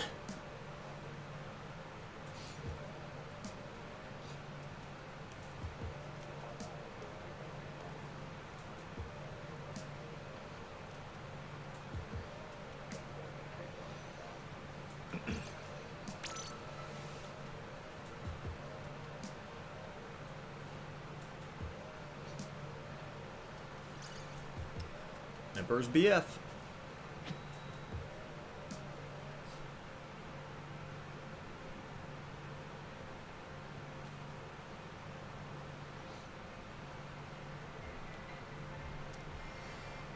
Man, we are just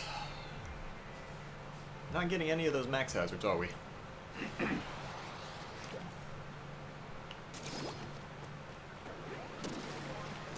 Oh, alright.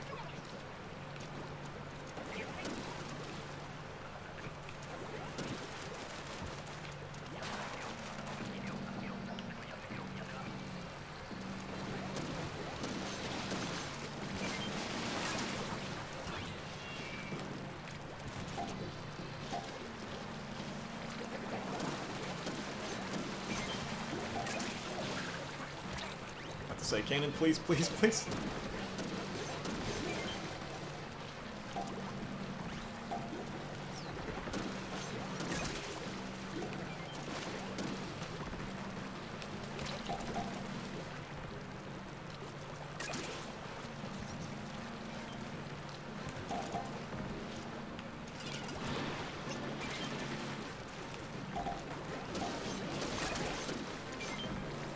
Whoa, okay.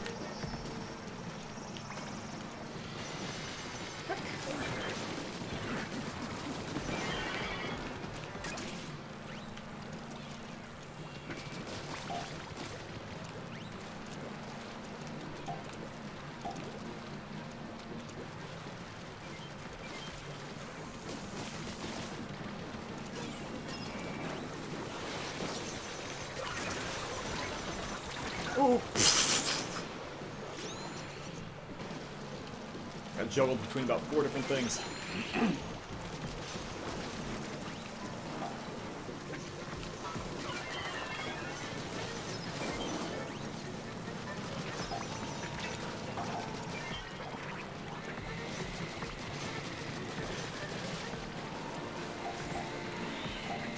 No. Oh no, we're not having 3 of these.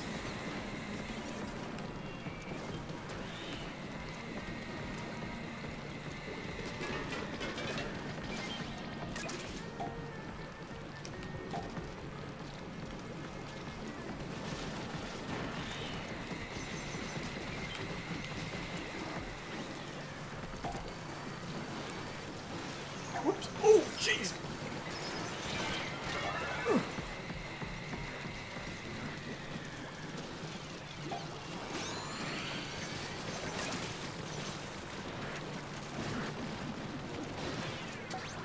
Run it. Okay.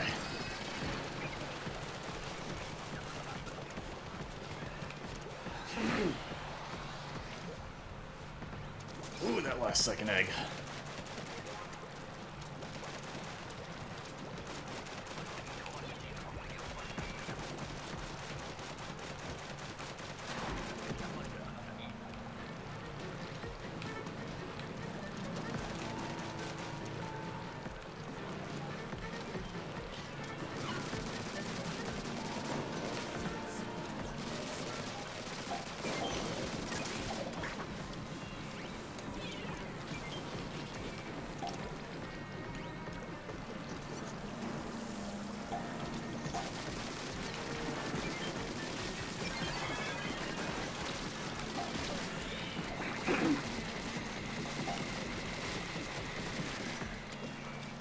Come on, refill, refill, refill!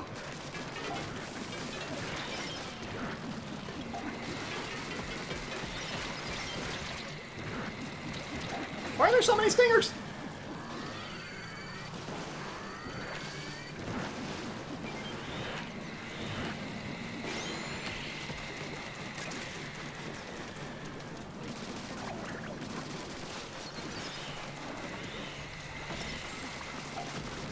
Oh my goodness.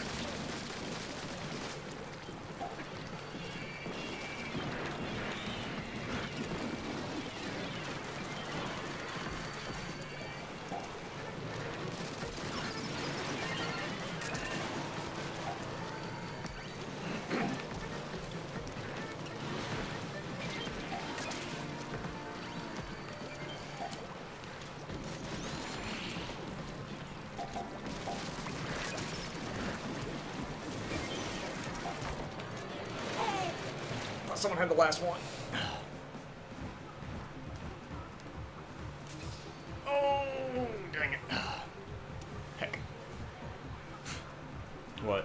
Somebody put a little post here. Canada is just built different, and it's stealing a bike in Canada. And it's literally the bike returned with an apology note attached to it. Stole your bike last night in the final chapter of an export-fueled rampage. No clue what that means. Smooth ride, though. Great bike. Great bike choice, fam. 10 out of 10 would steal again. What? Excuse me? Steal again.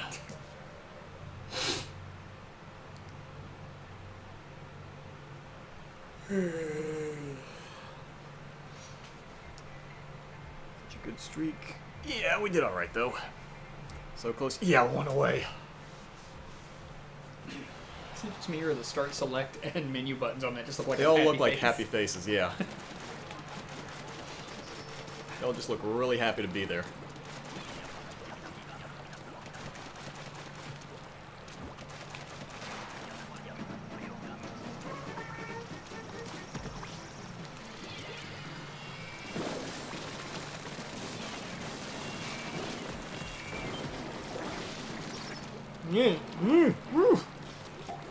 Ran all the way in there and didn't even grab an egg.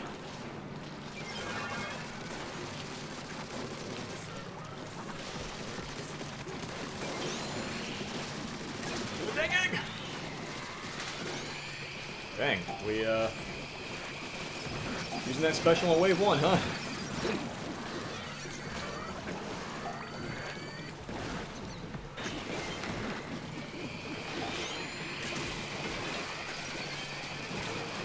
Using both specials on Wave 1. That is, well, that was a choice that you made.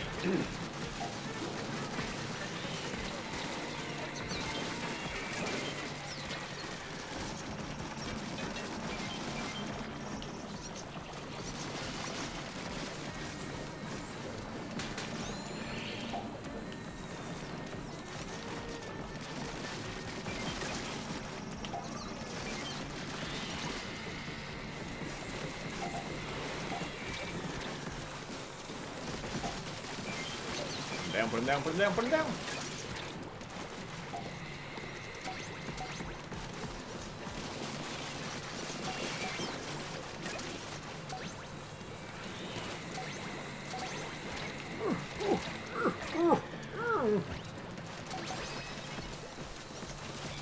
Sorry, old man noises.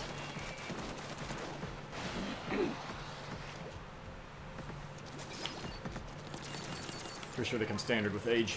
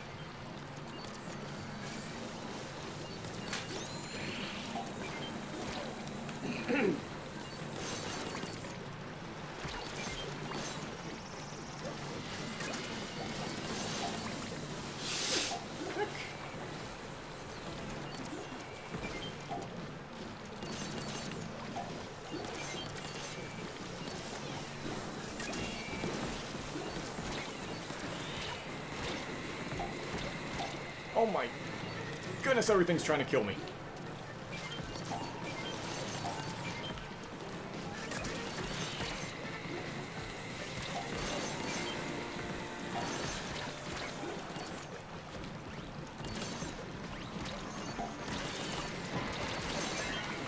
Heck, go! Ah. I'm curious what that Andres is me guy was doing, because every time I looked over, he was dead. I'm a little bit curious what he was, how he did in particular.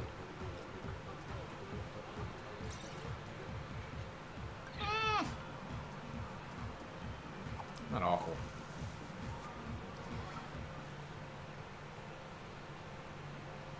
Random sold an entire bakery. He was. I have no idea what that means. Sold an entire bakery? Like, I get the point you're trying to make. He wasn't the greatest, and he farted out both of his specials in the first wave at times that he really didn't need to, but I cannot make the connection he sold an entire bakery.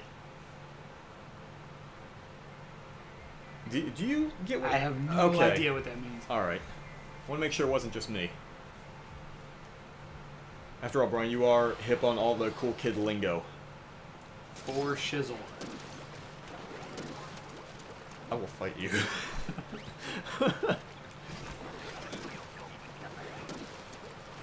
I might actually fight you. What the? Oh, crap. Just running forward like an idiot. I didn't even notice it was the low fly wave.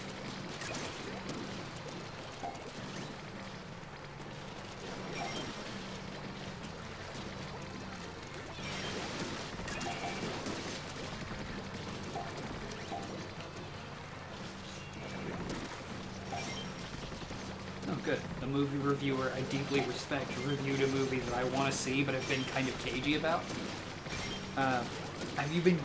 Do you keep up with movies? Barely. Are you familiar with the film coming out called The Unbearable Weight of Massive Talent? Yes, and I was wondering, I was actually going to ask that when you said the word cagey. Yeah. Oh, I didn't mean the pun there, but nice. Totally was unintended. Huh, I wonder Yeah, nah. if Brian is talking about the Nicolas Cage movie. I am, and that pun was entirely unintentional, but deeply relished now. Don't say pun unintended or non-intended. Intend your puns, you coward. I usually do. I'm angry that I didn't catch that. But yeah, no, I've wanted to see that one because it has led to this reappraisal of Nicolas Cage's talent, a talent that I have never suspected was bad, because even in the worst films he's done, he has never given less than 150% over what most people would give to any movie.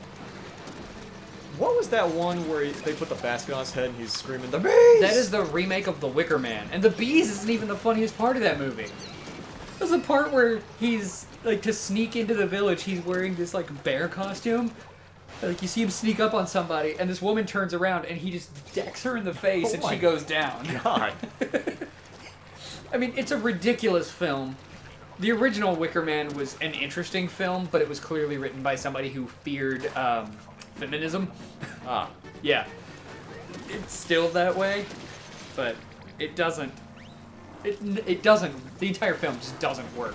But it doesn't work in a way that makes it immensely watchable as a comedy. Okay. Oh, we're all running the sloshers. Fantastic. The movie reviewer Chris Stuckman, that's the one that I said I greatly appreciate as a director. Or he's also a director, whichever. Appreciate him as a director and as a film critic. Because he's both sides of the coin, so he knows. But he doesn't have the, well, I would have directed it better, you know? If it were a good movie made by me. Yeah. Weirdly, one of the series that Nightmind covered that talked about how it suddenly just stopped getting updates was because turns out Stuckman had a hand in the production of this YouTube horror franchise, and he was going to take where the YouTube series leaves off and make an actual full-blown movie about it, and that was like a big surprise reveal to everyone that he was the one behind it all. Huh. And everyone loved this series. Oh, that slowdown! But he does a series of like reviews based on terrible movies, and he calls it the Hilariosity series because it's a hilarious atrocity, you know. Oh, It opens with "Oh hi Mark," like on his little video review, like the actual video, like the introduction has that whole sequence. So, just to show what kinds of films we're talking about here, films that are terrible yet somehow have looped back around to being enjoyable, like Troll 2. oh God. You know, that sort of thing. And, yeah, The Wicker Man is among his Hilariosity reviews. Though, weirdly, a couple of films that I unironically just love for the film they are have made it to that series, so I don't know where I stand there. Street Fighter. Yes, Street Fighter is actually in his Hilariosity review, but Yeah, that was. I that don't was think good. Street Fighter's a good movie. I think it's a hilarious movie, but I think they wanted it to be funny, but people took it more seriously than they meant to. But I would say more along the lines of the Super Mario Brothers movie.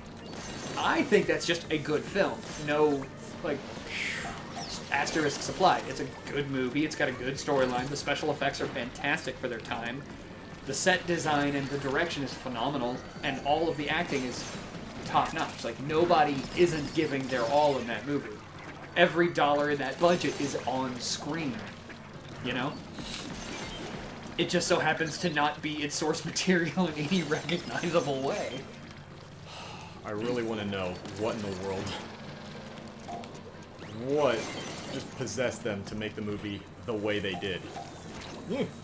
I just think it's funny is that, like, the opening act of the film is actually the first Donkey Kong game, and then the first Mario Brothers game. Then it becomes a Super Mario Brothers movie. Because it deals with them dealing with the mob boss, who is himself Donkey Kong. And then they're just in the sewers trying to fix the pipes, and monsters are coming out of the pipes, and then they go to the world. So, like, it's abstract, it's weird, it is about as tied to its source material as Bayonetta fits into the Sonic the Hedgehog universe. which it does. The first Bayonetta game opens with you attending Eggman's funeral. Yeah. Brian, look, I've played Bayonetta, and Yeah. I'm not gonna... It's in the universe with Sonic the Hedgehog. You Look. even collect rings. I know you do. Are you 100% sure that they're called rings in that game, Brian? No, Are you sure they're called rings, Brian? they make the noise and they are rings. Brian, onion rings are rings. Yeah, and there's a Sonic the Hedgehog game where you collect onion rings. No. Yes, there is. No.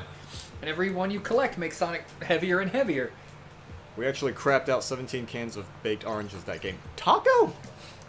Do you just throw darts at a board to see what words you use to describe whenever a person gives bad performance? He fed an AI algorithm 420 different speaking spells. 420 of them, huh? Yeah. That number? Yep. Alright. Alright, I'm gonna have to make this the last one. And I'll say it again because you coughed over the entire sentence. I'm gonna make this the last one. Just, I'm gonna... Alright, well, let's try that again. Also, Oh my god. he's the bard. Oh, wait a minute.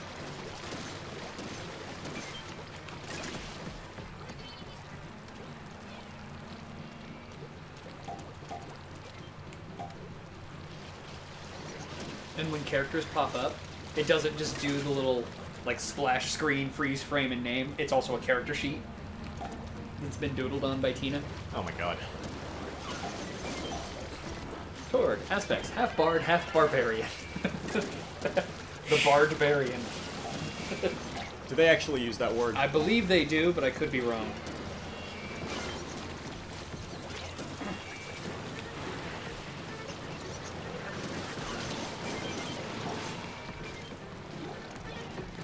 Barbarian.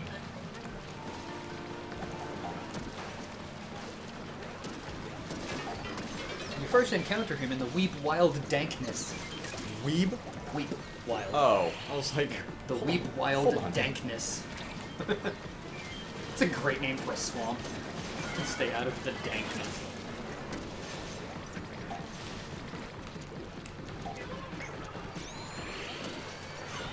You need him to bless your ship so that you can go on a journey, because this ocean is cursed and it needs the blessing of a bard in order to travel.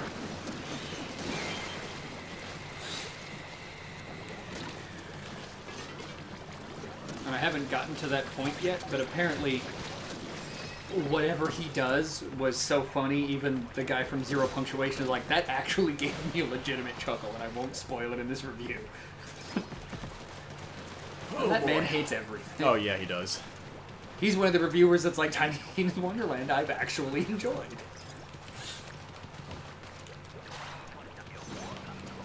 Not that one. Where?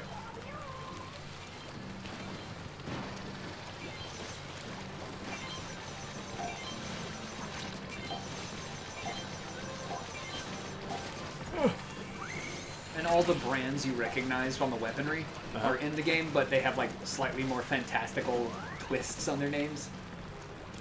Okay. I'm trying to remember what some of them are. Malawon. Yeah. So I remember that was my favorite brand.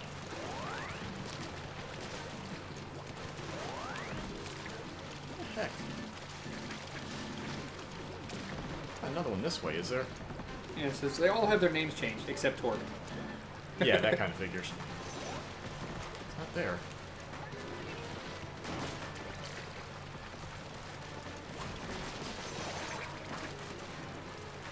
Is it this one that no one's going for? Probably. Like, I've got a gun that one of its firing modes is to fire a 3-round burst, but it converts the bursts into crossbow bolts, and they slow down the enemy, and then when I reload it, it just throws the weapon entirely, and just pulls up another one. That sounds like a Tediore weapon. And when the weapon lands, it explodes, and a Hydra comes out of the ground and starts shooting enemies for you.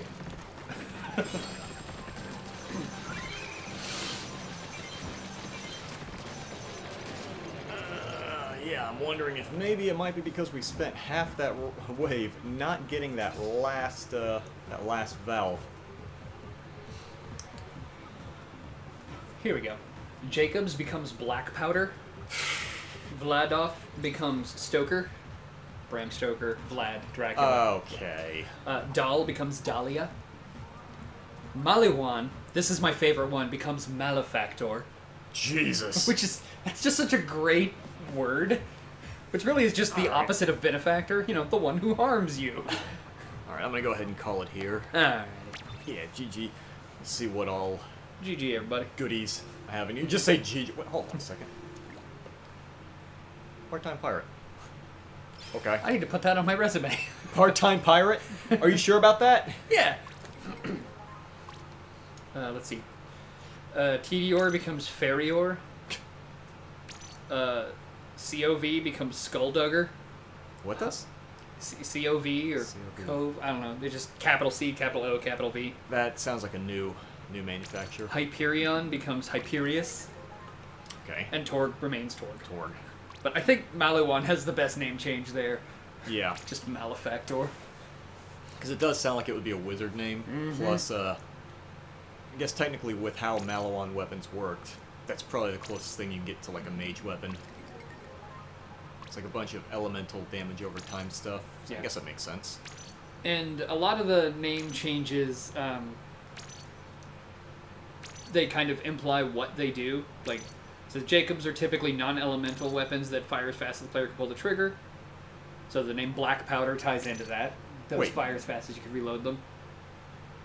That's what they said was the most distinguishing thing about Jacobs? Well, it's just one of the examples they're giving. Like, So I was about to say, because like, the Jacobs thing, at least in the second game, the thing about Jacobs weapons were they were very slow to fire, but they had a whole lot of kick to them.